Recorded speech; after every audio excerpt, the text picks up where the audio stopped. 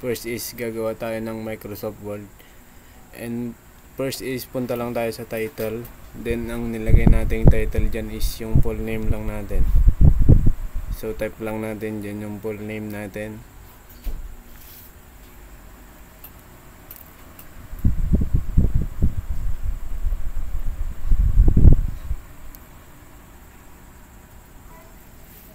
So pagtapos ng full name natin, gumamit ako dyan ng Ctrl A to select a text, and Ctrl B to bold, and Ctrl U to underline, and Ctrl E to center the text. And next is gagawa tayo ng short sentence. So lagay lang natin dyan ulit yung pangalan natin.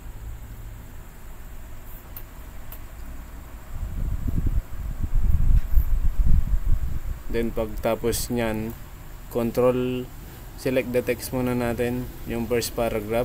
Then Control Shift F to change the font. Then pili lang kayo dun guys ng mga font nyo.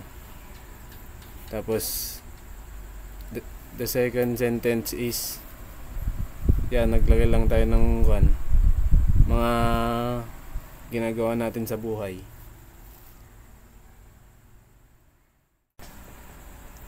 Then pagtapos nyan guys, pagtapos nyong mag-type, select the text nyo lang, yung second paragraph. Then gumamit ako dyan ng Control Shift greater than less than para mapalit or mapalaki yung font. So punta tayo sa third paragraph guys.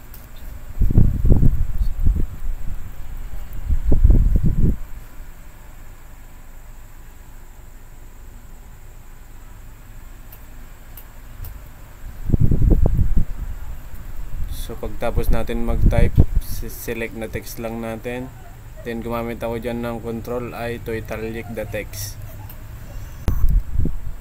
And next guys is maglalagay lang tayo ng mga habis natin. Hanapin lang natin yung bullet sa taas. Then yan, maglalagay lang tayo ng mga habis natin.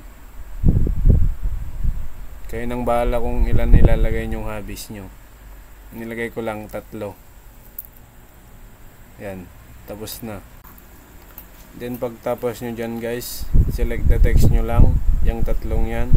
And gumamit ako dyan ng Ctrl E to center the text.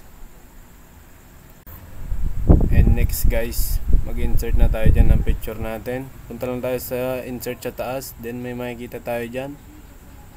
Yan. Pili lang kayo ng picture nyo guys na ilalagay nyo.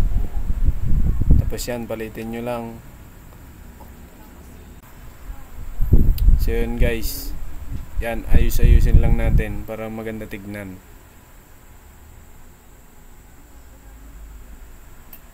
Yan, ayusin natin, pagitna natin. Yan. Yan, okay na yan guys. Yan. And next is magra-wrap text tayo. Pindutin natin yung wrap text. Yan. Okay na yan guys. Yan guys, okay na yan. And next is save na natin yung ginawa natin. So ang ginawa ko lang dyan guys, para ma-save, nag-Control S lang ako. So yun guys, na-save na yan. Then lastly, tignan natin yung sinave nating output natin. Punta lang tayo sa file. Yan guys, tapos yun, may makikita tayo dyan. Yun na yung ginawa natin guys, finished product. Thank you.